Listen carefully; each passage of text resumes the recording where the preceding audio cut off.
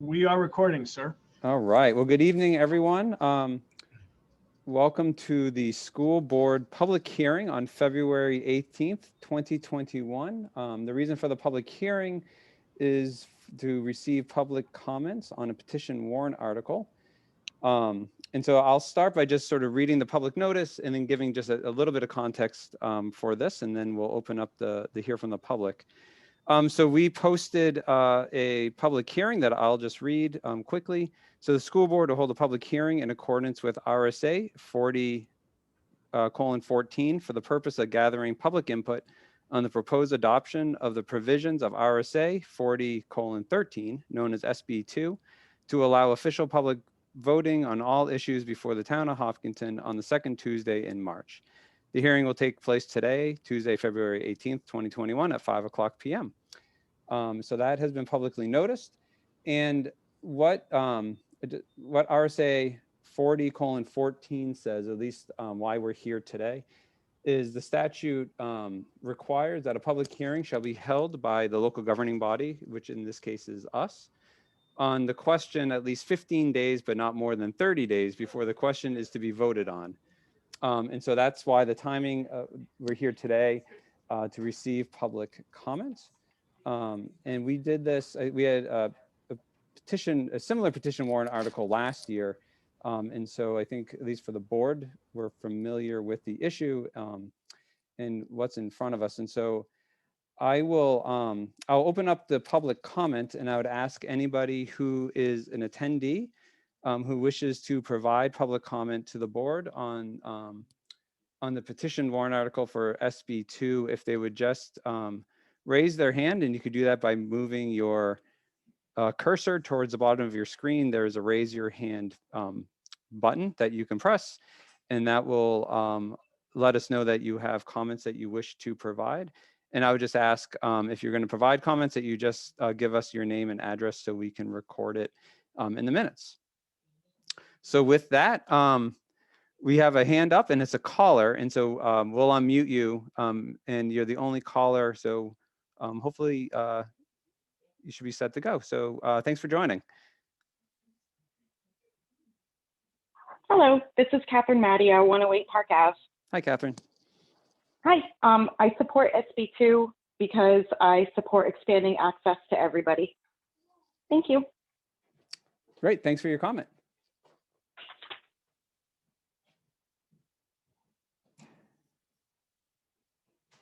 So I don't have any other hands raised, and so we'll give it a few minutes to see if anybody else has a comment that they would like to provide on SB2.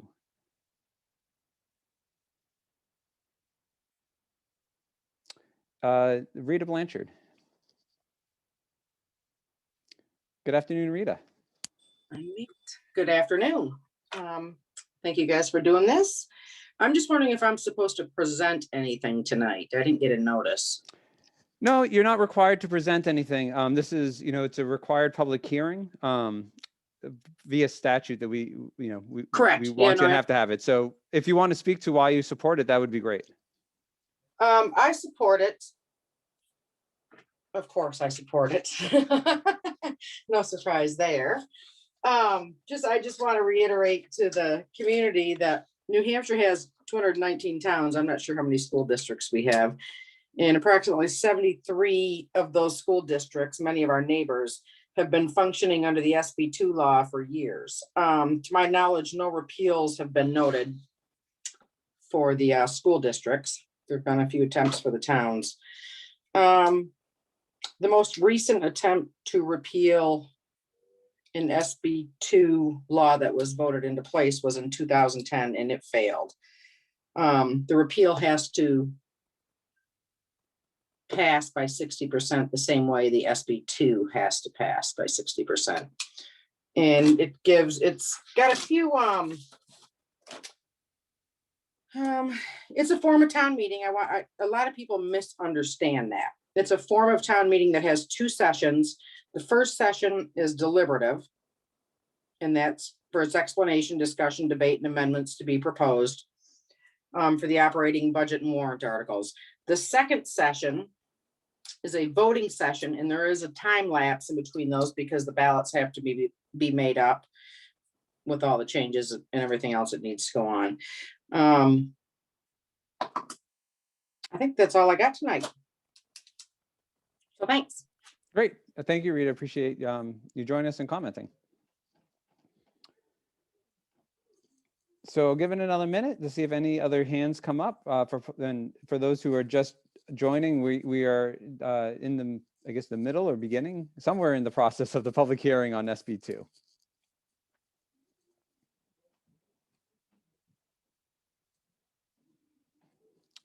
All right, Roger Turcott. Hi, Thank you, Roger. Mr. Chairman. You're welcome. Thank you. Roger Turcott, Kentucky, New Hampshire. Just want to speak to a couple of the issues that I hear people talking about as far as SB2. And I do understand that Department of Revenue has put out some information saying that the deliberative session is like the town meeting. So I'd like to just comment on that quickly. I have been going to a few town meetings in the past 49 some odd years that my wife and I have lived here. And the one thing about a town meeting is that when people vote, they have had the opportunity to listen to people, the school boards, the budget committee representatives, whatever it may happen to be, explain the issue. So when they vote no, they vote yes, they're voting based on the facts that are indeed presented by the individuals from the budget committee and from the school board. What SB2 is going to allow, good, bad, or otherwise, it's going to allow people to leave the deliberative session if they even bother going, and then to gather information from other people in the community who may or may not have been in that meeting.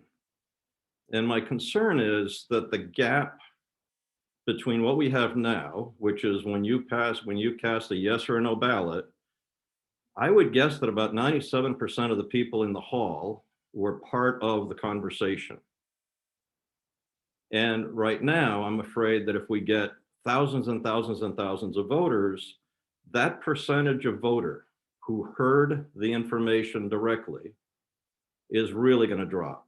So now some people will say, well, wait a minute, we have a right to participate. And I absolutely agree with that.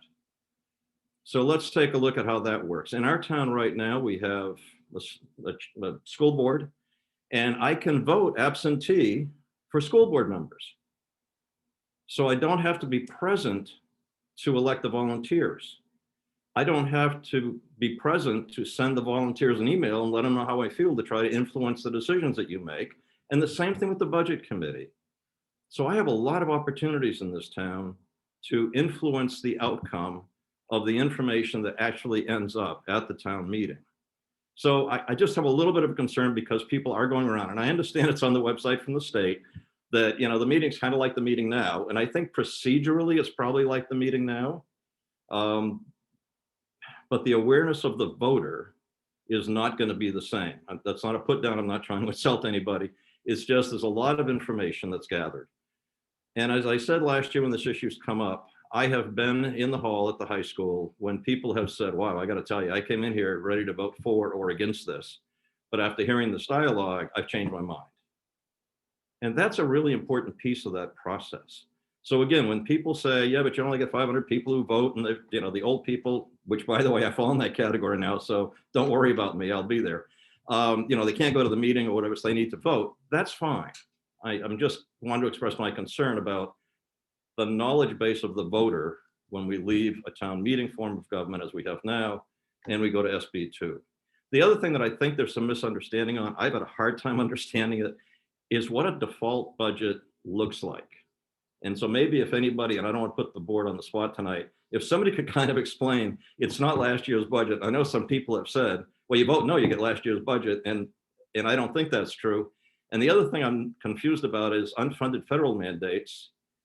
Do we get to adjust our budget if we go to a default budget? Do we get some additional money for any increase in the unfunded federal mandates? So I hope that's not too much, but I thank you very much for the opportunity and thank you for all you do. Thank you, Roger. And I don't want to put anybody on the spot either, but maybe I'll ask Rob if I can put him on the spot, because I know we exchanged a couple texts today, and I don't know, Rob, if you want to just speak to quickly the default budget issue, or at least any thoughts that you Sure. have. Sure, and I'll direct people to a better resource because I'm not an expert, that's for sure. So this comes from, it's titled The Default Budget in SB2 Towns, written by Stephen Buckley, and he sort of outlines what happens and what doesn't happen. So I think the first thing to understand is that if we are an SB2 situation and the budget fails, it doesn't mean that we automatically revert to last year's budget. What it does mean is that there would be either a default budget, or we could go to a special meeting to bring the budget back to have another session. Either one of those two things is possible. In terms of what happens with the budget, if it is not the notion that we go back to flat, we do not necessarily use last year's numbers. The appropriation may increase or it may decrease. And there's really 4 categories that stood out to me. So if there's increased debt service, the budget would rise by that amount. If there's an increase in your contractual obligations for staff, for transportation, the budget would rise by that amount. Anything that is mandated by law, and Steve can chime in here, but I would assume that means that if we have special ed students that we need to deal with, to provide services for, then the budget would rise by that amount. The one thing where it might decrease is if in the previous year we had a one-time expense.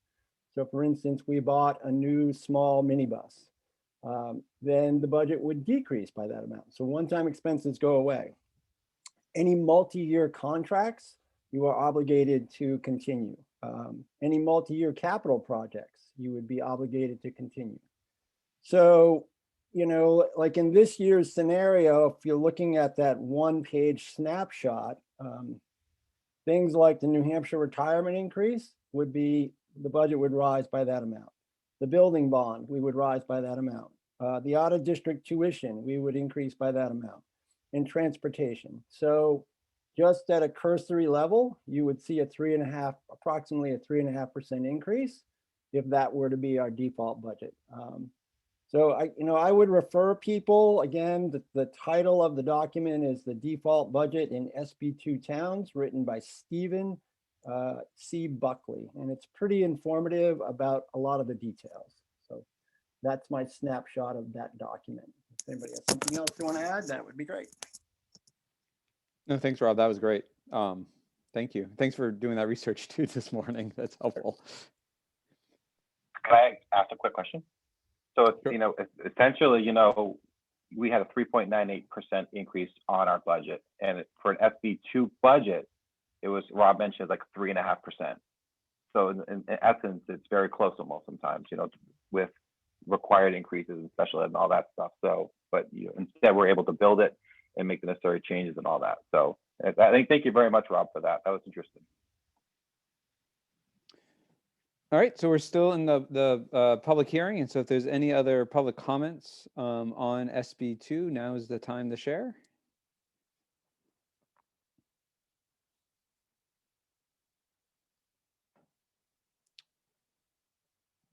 All right, and so I don't see any additional hands coming up or any additional public comment. So at this point, I'm going to close the public hearing on SB2. I want to thank everybody for attending. And so what we will do, this is an action item that we'll have on our regular meeting agenda starting at 5:30. And so what I would do is I've already closed the public hearing, and so I'm going to adjourn the public hearing at this point, and then the board will reconvene at 5:30 for our regular meeting. And so I think we can